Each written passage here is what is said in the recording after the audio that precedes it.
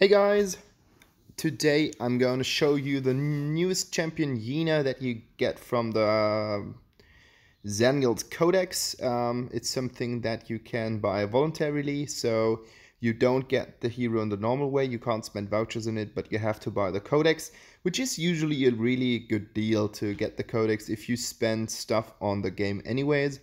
And you don't have to be sad if you don't have that Codex or you don't want to spend vouchers on the game, because Valor was available on the shop for a short time, and he was one of the characters that was Codex based only before. So they do have some kind of mechanism where they give you the champion afterwards for the normal system or for the normal price.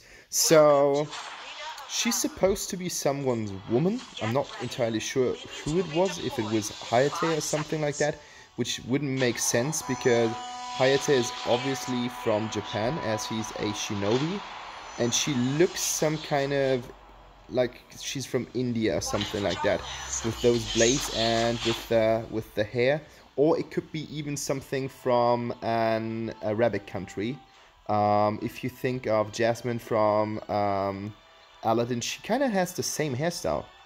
At least that's my opinion. So we have a pretty fun battle up at top, because it's basically the old Irie versus the new one, because our skill set is kind of the same. So she has this fan that she can throw. I have my dual blades that I can throw. The only thing that's different is hers does a little bounce, and mine will stay at that point of origin that is indicated by that sign. You can see it here very clearly.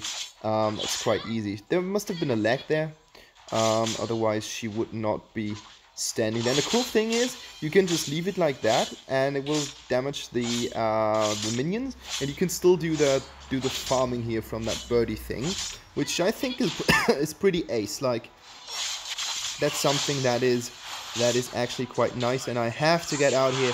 That was way too stupid.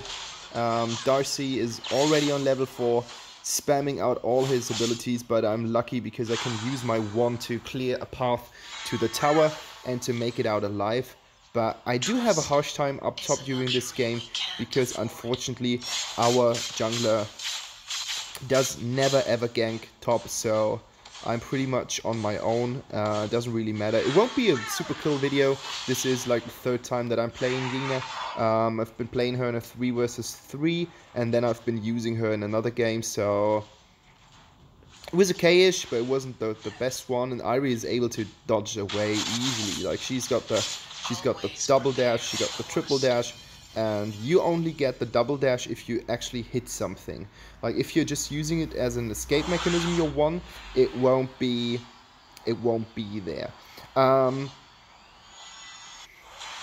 Mechanic wise, I do have some issues with her, because as I'm not really confident with her, you will see some scenes which might actually look quite weird, because I just basically forgot that I have switched her abilities, which I'm going to show you later, or you're going to see later. So the first one is this throwing, spinning, wielding thing, and the second ability, the first ability, is basically a dash, a short range dash. And I got caught here completely off guard. Easy kill for them. And I was just wondering why our Tulun did not ping, but that's how the game works. Not too bad so far. But now Irie can, of course, damage our tower, which she doesn't seem to do. I'm not sure. Like, I played the game just a couple of minutes before, but yeah, the tower does get some damage, but not too much. And I'm back on top lane because there's nothing that I can really do. Batman is basically just paying attention to the bot lane, without getting the Abyssal Dragon. I mean, he gets better throughout the game, but the start was a bit rough. That wasn't the best start of a Batman, and I just have the feeling that this, like, we won the game. That's the spoiler here, but I can just tell that if the Batman would have just fueled it up a little bit, just with more pace, more try to get kills in, he would have helped the team a lot more. He's just farming, not ganking, and we could have won the game a little bit earlier. But I'm going to show you. There will be one scene later on in the video where you can definitely see what the problem is with our Batman. And Batman has a problem that the longer the game goes, the worse he gets, and this is causing quite some trouble. Our Tulin gets out here, which is a good thing, because there's really so much attention here, and I've just been going in because I think that Yona and Gra can easily kill Darcy. He's not that mobile. So I decide on going in, and here we can actually see her abilities. And this is going to be a really smart play that you're gonna see. So basically you think I'm dead. Now I'm waiting for my ability to come back, and I caught the Tulin off guard easy peasy, and I was able to destroy him while not getting destroyed. That was the first 1v2 that I soloed with Yena with a possible good outcome. Batman's always late, ulting in. I don't know what he does there. Like, it doesn't seem that he pays attention to the maps. Otherwise, that would not have been. He would not have spent his time here. He would go into the enemy jungle. But unfortunately, he does. He does that now. And that Tulin would just be a little bit too close for me, and that Darcy. But he comes out alive, which is the most important thing. No one attacks the Abyssal Dragon ever. I don't know for whatever reason. It doesn't make any sense to me. Like, you could easily go for that now, and now I thought they do it. They could easily steal Abyssal Dragon without any problem, and the whole team would benefit from it. We're in a 5-2 leading position, and I don't know what's going on. Really strange. I see Darcy's lamp digital thing going on here, so I'm like, well, I'm out. I don't want to contribute to that fight. This doesn't make any sense to me. And now he's going all in. And yeah, good thing is, I don't know why, but he gets defeated. Like, he was basically trying to kill our cannon minion. I mean, the tower is theirs, so they got the kill and they got the tower gold. Sorry, excuse me. But he got killed, and he could have easily avoided it because the tower would have fallen anyways. So I don't know what that was, but good for us, not good for them. Still in a lead, while the Abyssal Dragon hasn't been killed anyways. So as no one gets the Abyssal Dragon, that's the stuff. So whenever Yena switches into her, like now she has 2 blades, you can see that quite easily. And when she switches her mode, she puts her swords together, and she gets like some kind of ring. And that's the problem. That's what I said. Mechanic-wise, I still have some issues. I thought that I was in the purple one, but I wasn't. I was in. Yeah, and that caused me to die. I thought I was in the purple one, but I was in the pink one. And the pink one plays completely different. The pink one is something that takes time. It takes good positioning. So the first stuff that you actually do with your pink stuff is when you have this ring thing, you're going to put your blades together, and you're kind of loading up a smash that's going to cause different types of damage and different sorts of stuff that adds up, depending on how much time you have used to kind of load it. I would say load it. It's some kind of loading thing. For the guys who have played her, and the trick about it is you can kind of unleash it before. Like, you don't have to wait until it is loaded. You can just easily unleash it whenever you want. You just have to press the button again. So you press the button first, she loads it, and then you press the button again, and then it's unloaded. That's the most important thing. You can cancel it or use it earlier. The next ability, and that is the one that you have to pay attention to. Look at that. My angle completely wrong. I should have shoved out of the tower range. Yena is basically starting a combo attack, which is going to hit the enemy 4 times in total. And this 4 times in total means every time she gets an enemy, he's knocked back. So you can, and I'm getting killed here, I'm just trying out my power. You just have to stand in front of an enemy hero, and then you unleash it, and then you're pushing, and with the last one, the 4th hit, the enemy is knocked up. So I think mechanic wise it should work that he's kind of stuck in some chain as soon as you kind of cling to him. Does that make sense? Not entirely sure about it.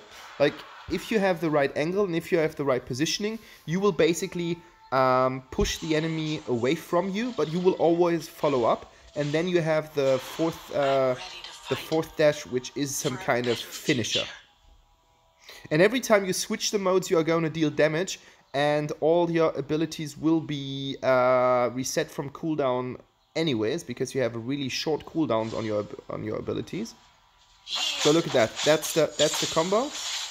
And then you can easily switch back into that stuff. Like if I would go be fighting, I think that's like the purple one is like the poking and escape build.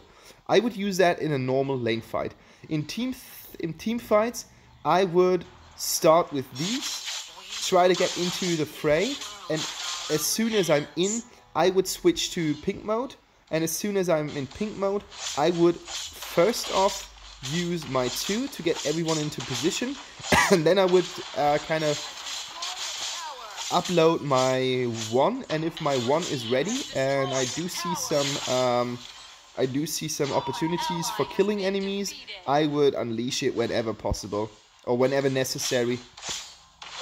Good thing is I have just built one item, which is the Omni arms, and she already gets a really nice attack speed. Like that was pretty easy. And now you can see the knock-up. Like you can have that chain on the 3rd or the 4th hit, as long as it connects. Connect was the word that I was looking for. As long as the stuff connects, you're still alright. That's what you need to know about it. I love the fact how Yorn always waits into my blades. That's really classy. I don't know why he does it, but he does it, and that's ace. So you can see my build is basically a tank/warrior build. I'm building a bit hybrid, so I just have the Omni arms as a damage item, and I think her damage output. So to come to a verdict, game is going to continue for another 8 minutes. But as a verdict, I think she's pretty strong, while that said, not being overpowered. I think she's really good, but you have to know her kit, and it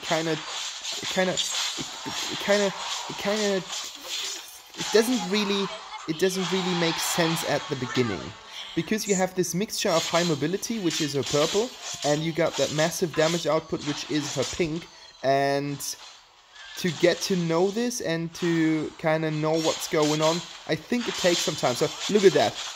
That was the connection. She dashed out, unfortunately too early, otherwise I would have been able to knock her up with my 1, dealing additional damage. But because I'm smart, I'm going around the corner to free up the minions here, because we want to push as many lanes as possible. Unfortunately, our main damage dealer, Yorn, gets himself killed, but that doesn't really matter. Now I'm going in, and here comes the combo. I'm still unloading things,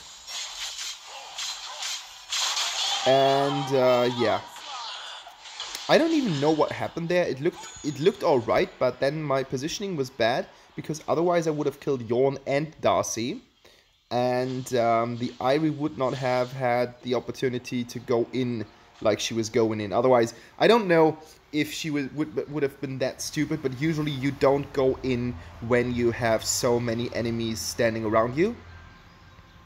At least that's what I guess. But we're playing on Platinum. Here we go. This is my Batman scene. As he doesn't have that many kills, he is under-equipped, and that just means that his damage output isn't great. And there was a scene before where he was damaging Tulin, and Tulin was able to get away on mid lane because Batman just doesn't pack a punch. That's the main issue. And we are right now on level 15, making things even worse. So here we go.